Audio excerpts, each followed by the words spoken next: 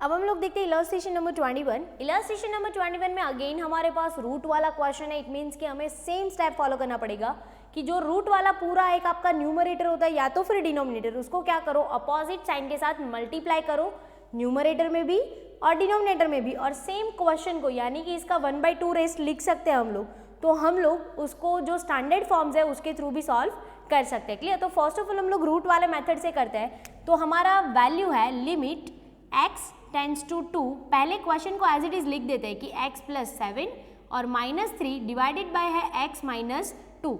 अब इनटू हमें क्या करना है, तो रूट वाला ये हमारा पूरा न्यूमरेटर, उसको ditto to ditto as it is लिख दो कि root x + 7 - 3 divided by root x + 7 and 3।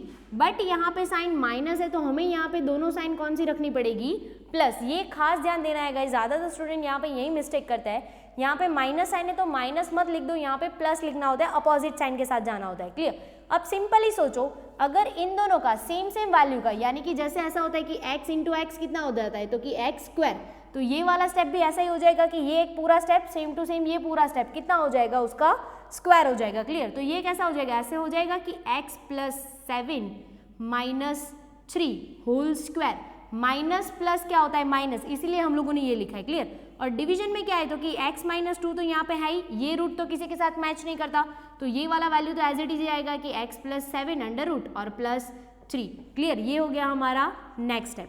अब सिंपली क्या करेंगे, तो कि ये स्क्वायर है, ये स्क्वायर पूरे फॉर्म का है, तो ये स्क्वायर ये रूट वाले स्टेप को भी लगेगा और 3 को भी लगेगा। तो अगर रूट वाले स्टेप को लगता है तो रूट एंड स्क्वायर क्या हो जाएगा, कैंसिल। तो यहाँ पे कितना बचेगा, x + 7, बट ये 3 का भी तो स्क्वायर है, बट 3 का रूट तो है नहीं। तो अगर रूट नहीं है तो यहाँ पे भी ये खास ध्यान देना है गाइस कि अगर इसका रूट नहीं है तो इसका क्या हो जाएगा, स्क्वायर, यानी कि 3 का क्या हो जाएगा, 9 हो जाएगा। तो ये कितना हो जाएगा, -9। डिवीजन में ये वाला वैल्यू जो है x - 2 एंड √x + 7 एंड +3, ये तो हमारा एज इट इज जाएगा। Clear? Limit x tends to 2। अब देखो इसको सिंप्लीफाई करने की कोशिश करो, तो फर्स्ट ऑफ ऑल देखो न्यूमरेटर में, तो कि x + 7 - 9, 7 प्लस और 9 माइनस, यानी कि ये ऐसा हो जाएगा कि x - 2। डिवीजन में x - 2 एंड √x + 7 एंड +3। अब देखो x - 2 कैंसिल, हमारे पास बचा कितना गाइस, तो कि limit x tends to 2 1/√x + 7 and +3। Simply अब इसका कोई भी सिंप्लीफिकेशन पॉसिबल नहीं है, तो क्या करेंगे, जो भी x का वैल्यू है यहाँ पे पुट कर देंगे। तो ये हो जाएगा 1/√2 + 7 एंड +3। तो अब देखो 1/2 + 7 कितना हो जाता है, 9, और 9 का रूट कितना होता है, 3 और +3 तो यहाँ पे ऑलरेडी था ही, तो ये आंसर हमारा कितना हो जाएगा, 1/6। क्लियर? अब सेम क्वेश्चन को हम लोग स्टैंडर्ड फॉर्म से भी सॉल्व करने के लिए कोशिश करते हैं। आपको जो मेथड अच्छा लगता है आप वो चूज कर सकते हो। क्लियर? अब फर्स्ट ऑफ ऑल पहले स्टैंडर्ड फॉर्म लिख देते हैं, और गाइज ये खास ध्यान देना है कि जब भी आप स्टैंडर्ड फॉर्म से फॉर्मूला के थ्रू आप सॉल्व करते हो तो आपको स्टैंडर्ड फॉर्म एक टाइम एटलीस्ट लिखना जरूरी होता है, क्योंकि उसका 0.5 मार्क मिलता है। क्लियर? तो ये देखो हमारा standard form x⁻n - a⁻n divided by x - a is equal to answer हो जाएगा n × a⁻n - 1। ये हमारा स्टैंडर्ड फॉर्म। अगर हमें ये अप्लाई करना है तो पहले इस क्वेश्चन को ऐसा बनाने की कोशिश करनी पड़ेगी। क्लियर? तो फर्स्ट ऑफ ऑल देखो क्वेश्चन लिख देते हैं कि limit x tends to 2 √x + 7 -3 divided by x - 2। अब देखो सिंपली उसको बनाने की कोशिश करते हैं। पहले तो लिख देते हैं, तो कि x + 7 को हम लोग ऐसा लिख सकते हैं ना कि रूट निकाल के 1/2 रेस्ट -3 डिवाइडेड बाय x - 2। अब ये वाले क्वेश्चन को इसके साथ कंपेयर करो। देखो यहाँ पे हमें कितना चाहिए, तो कि x⁻n a⁻n, यानी कि ये दोनों फॉर्म हमें पहले मैच करते हैं, ये दोनों को मैच करते हैं x और x को। तो यहाँ पे कितना है, x + 7, यहाँ पे हमारे पास x - 2 अवेलेबल है। तो अगर हमें इसको चेंज करना है तो लिमिट x टेंड्स टू 2, पहले क्या कर देते, तो कि x + 7 होल रेज़ टू 1/2, ये तो हमारा क्लियर ही है।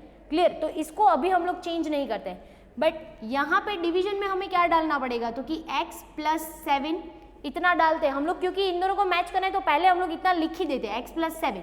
क्लियर? फिर चेक करते कि मीनिंग चेंज तो नहीं हो रहा है ना।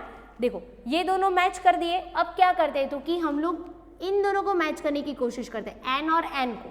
तो यहाँ पे देखो 1/2 रेस्ट ऑलरेडी है, तो यहाँ पे भी हमें कोई ऐसा नंबर लिखना पड़ेगा कि जिसका 1/2 रेस्ट होता हो, क्लियर। बट यहाँ पे 3 देखो है ऑलरेडी, हमें अगर वैल्यू चेंज नहीं करना है तो ऐसा कौन सा नंबर होगा कि जिसका 1/2 रेस्ट, यानी कि रूट करेंगे तो हमें 3 मिलेगा।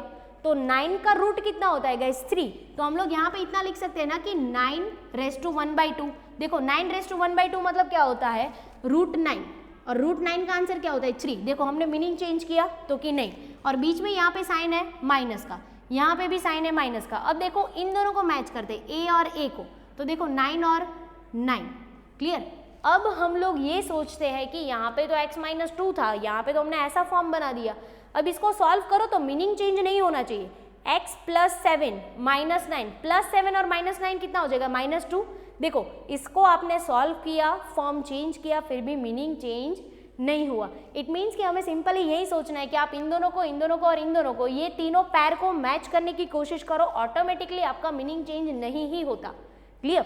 अब देखो हमारा क्वेश्चन जो है वो ये क्वेश्चन की तरह बन चुका है, तो हम लोग आंसर लिख देते हैं उसका n × a⁻n-1। अब देखो n की जगह पे आपको कितना दिख रहा है, तो कि 1/2, तो यहाँ पे लिख देते हैं 1/2। a की जगह पे आपको कितना दिख रहा है, तो कि यहाँ पे a है, उसकी जगह पे हमें दिख रहा है 9। रेस्टो में क्या करना है n-1, यानी कि 1/2 - 1 करना है, क्लियर। अब देखो 1/2 को तो एज इट इज ही रखते हैं, 9^1/2 -1 कितना हो जाएगा, इसका एलसीएम लो तो 2, यहाँ पे 2, यानी कि -1/2 आएगा, हाफ में से पूरा माइनस करोगे तो कितना बचेगा -½ तो ये कितना हो जाएगा -1/2। सिंपल रूल क्या है कि अगर आप किसी रेस्ट को प्लस में कन्वर्ट करना चाहते हो तो अगर वो न्यूमरेटर में है तो डिनोमिनेटर में ले जाओ, डिनोमिनेटर में है तो न्यूमरेटर में ले जाओ। तो ये ऐसा हो सकता है कि 1/2 तो ऑलरेडी है, इंटू 9^1/2, अब प्लस हो गया, क्लियर। और हाँ गाइस ये खास ध्यान देना है कि हमें सिर्फ अगर रेस्ट को करना है प्लस माइनस तो सिर्फ रेस्ट को लेके नहीं जाना है, क्योंकि बेस है तो रेस्ट है, क्लियर। अगर ये 9 का बेस ही नहीं होता तो रेस्ट कैसे होता, क्लियर। तो ये कैसा हो जाएगा 1/2 इंटू 9^1/2 है, तो क्या हम लोग उसको √9 लिख सकते हैं, तो ये कितना हो जाएगा √9। अगर √9 को आप सॉल्व करते हैं तो कितना मिलता है आपको 3, तो ये कितना हो जाएगा 1/2 इंटू 3, और 2 इंटू 3 कितना हो जाता है 1/6। आप चेक कर सकते हो हमारे रूट वाले मेथड से भी 1/6 आंसर मिला है, और ये वाला मेथड से भी हमें 1/6 आंसर मिला है। बस आपको यहाँ पे ये वाला स्टेप और ये वाला स्टेप समझ में आ जाए, फिर ये मेथड बहुत ही ईजी सा है, बट आप दोनों में से कोई भी चूज़ कर सकते हो।